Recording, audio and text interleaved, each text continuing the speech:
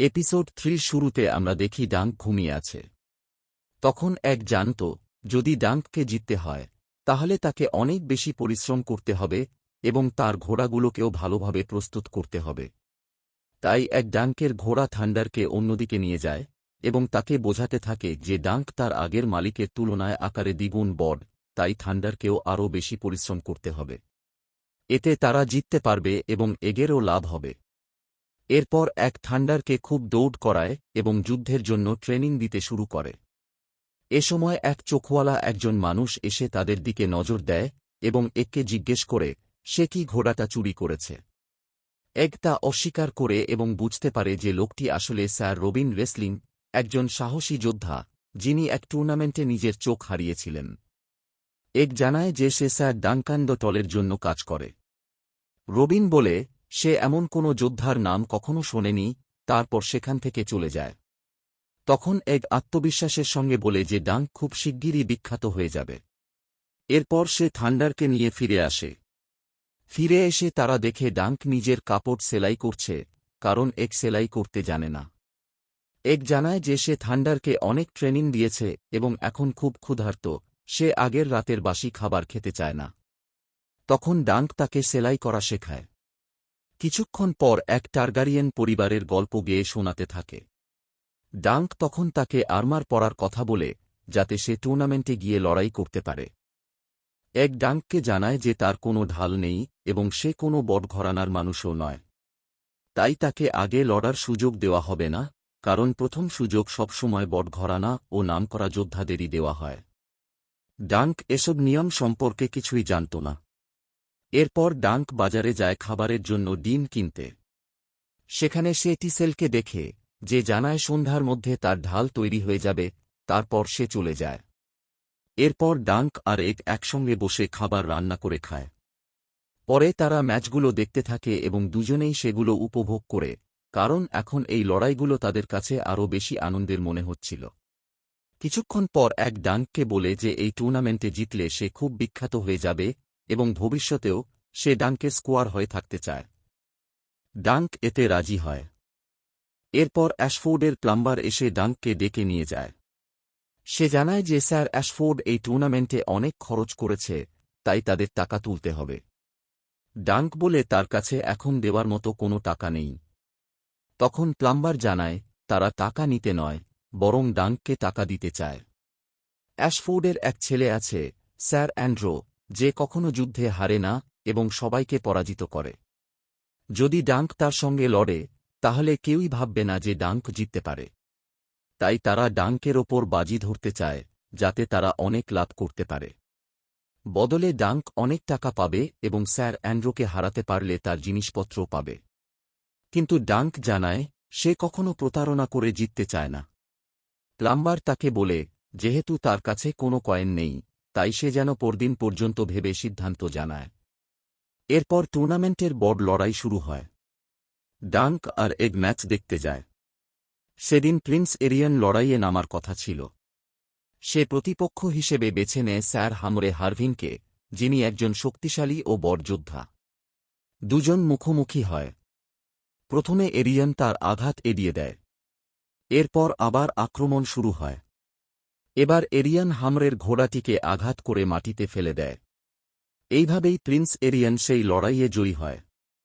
কিন্তু ঘোড়ার ওপর আঘাত করা নিয়মের সম্পূর্ণ বিরুদ্ধে ছিল।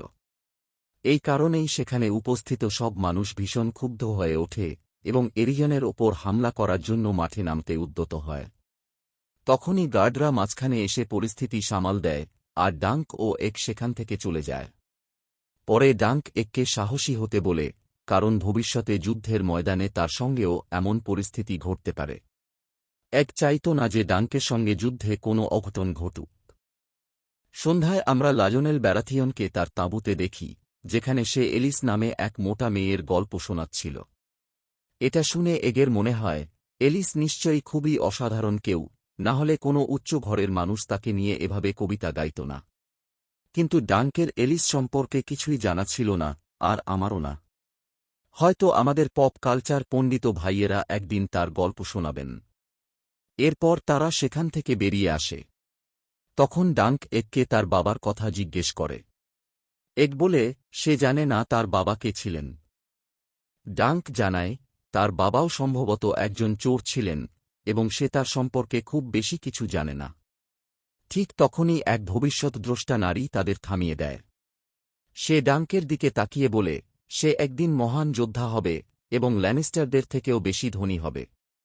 এরপর সে এগের দিকে তাকিয়ে ভবিষ্যৎবাণী করে যে একদিন সে রাজা হবে, কিন্তু তার চারপাশের ষড়যন্ত্রকারী ও চক্রান্তকারীদের কারণেই তার খুব ভয়ঙ্কর মৃত্যু হবে, আর সেই মৃত্যুকে ঘিরে অনেকেই আনন্দ উদযাপন করবে। এসব শুনে এক খুব কষ্ট পায়, যদিও ডাঙ্কের মনে হয়েছিল ওই নারী মিথ্যে কথা বলছে। এরপর র্যামন এসে ডাঙ্কের সঙ্গে দেখা করে এবং তাকে পার্টি করতে আমন্ত্রণ জানায়। এগের মনে হয় র্যামন হয়তো তাকে চিনে ফেলতে পারে, তাই সে টেনসেলের নাটক দেখতে যেতে চায়। ডাঙ্ক এতে রাজি হয়। পরে র্যামন ও ডাঙ্ক একসঙ্গে মদ্যপান করে পার্টি করতে থাকে। তখন র্যামন বলে স্টেফান খুবই খারাপ লোক এবং সে সব সময় আহত বা দুর্বল যোদ্ধাদের বেছে নিয়ে তাদের হারিয়ে নিজেকে বড় প্রমাণ করে। ডাঙ্ক জানায় সে স্যার অ্যান্ড্রোর সঙ্গে লড়তে চায় এবং সম্পূর্ণ সৎভাবেই লড়বে। র্যামন মনে করত ডাঙ্ক একজন বেশ বড় মাপের যোদ্ধা। তারা দুজনেই হামরের হেরে যাওয়ায় দুঃখ পেয়েছিল, কারণ এরিয়েন সেখানে প্রতারণা করেছিল। এরপর র্যামন জানায় স্টেফান টারগারিয়েনদের একেবারেই পছন্দ করে না, কারণ তারা বাইরের দেশ থেকে এসে এখানে শাসন করছে। উপরন্তু তারা ড্রাগন নিয়ন্ত্রণ করতে পারে বলেই নিজেদের সবার থেকে শ্রেষ্ঠ মনে করে। আর তারা নিজেদের মা বোনদেরও রেহাই দেয় না, এরপর অন্যদের নারীদের দিকেও কুনজর দেয়। এরিয়েন তো এদের মধ্যে সবচেয়ে বেশি নৃশংস। এসব কথা শুনে ডাঙ্ক ভীষণ অবাক হয়ে যায়। অন্যদিকে টেনসেল তার ড্রাগন শো দেখাচ্ছিল। সেই শো দেখতে সেখানে এগের সঙ্গে এরিয়নও হাজির হয়েছিল। শোর এক পর্যায়ে টেনসেল এগিয়ে গিয়ে ড্রাগনটাকে সেখানেই মেরে ফেলে। এই দৃশ্য এরিয়ন নিজ চোখে দেখে এবং সে ভীষণভাবে উত্তেজিত ও ক্ষিপ্ত হয়ে ওঠে। টেনসেল এতে ভয়ে কেঁপে ওঠে। এদিকে ডাঙ্ক র্যামনকে জিজ্ঞেস করে প্রিন্স মেকার কোথায় গেছেন। র্যামন জানায় তার দুই ছেলে নিখোঁজ আর অনেকের ধারণা তারা মারা গেছে। তবে রেমনের মনে হয় ড্যারন হয়তো কোথাও মদ খেয়ে পড়ে আছে। এসব শুনে ডাঙ্ক বুঝতে পারে ম্যাক তার সন্তানদের ব্যাপারে খুবই চিন্তিত। ঠিক তখনই এক দৌড়ে এসে জানায় যে এরিয়ন টেনসেলকে মারছে। ডাঙ্ক তৎক্ষণাৎ টেনসেলের কাছে পৌঁছায় এবং দেখে এরিয়ন টেনসেলের আঙুল ছিঁড়ে ফেলেছে। এই দৃশ্য দেখে ডাঙ্ক ভীষণ রেগে যায় এবং সে এরিয়নকে জোরে এক ঘুষি মারে, যার ফলে এরিয়নের একটি দাঁত ভেঙে যায়। সঙ্গে সঙ্গে গার্ডরা ডাঙ্ককে ধরে ফেলে। এরিয়ন তখন আরও ক্ষিপ্ত হয়ে চিৎকার করে বলে এই বেশ্যার জন্য এমনটা করা তার উচিত হয়নি। তার জানা থাকা উচিত ছিল যে ড্রাগনকে কেউ মারতে পারে না। আজ ডাঙ্ক তার দাঁত ভেঙে দিয়েছে, তাই এর বদলে তারা ডাঙ্কের সব দাঁত ভেঙে দেবে। এরপর সব গার্ড মিলে ডাঙ্ককে চেপে ধরে আর এরিয়ন সামনে এগিয়ে আসে। তখন এক গার্ডদের অনুরোধ করে ডাঙ্ককে ছেড়ে দিতে। ডাঙ্ক তাকে চুপ থাকতে বলে না হলে ওরাও তাকে মেরে ফেলবে। কিন্তু এক বলে তারা তাকে মারবে না, আর যদি মারে তাহলে তার বাবার কাছে তাদের জবাব দিতে হবে। এই কথা শুনে গার্ডরা ডাঙ্ককে ছেড়ে দেয়। এরপর এরিয়ন এককে জিজ্ঞেস করে তার চুলের কি হয়েছে। তখন এক জবাব দেয় ভাই আমি চুল কেটে ফেলেছি, কারণ আমি তোমার মতো দেখতে চাই না। তখন এক নিজেই অবাক হয়ে গিয়েছিল, কারণ এই এক আসলে ম্যাকরের ছেলে প্রিন্স অ্যাগন টারগারিয়েন ছিল।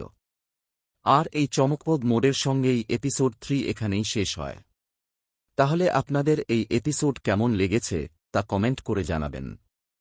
আর সামনে আসা বাকি এপিসোডগুলো সবার আগে দেখতে চ্যানেলটি সাবস্ক্রাইব করতে ভুলবেন না।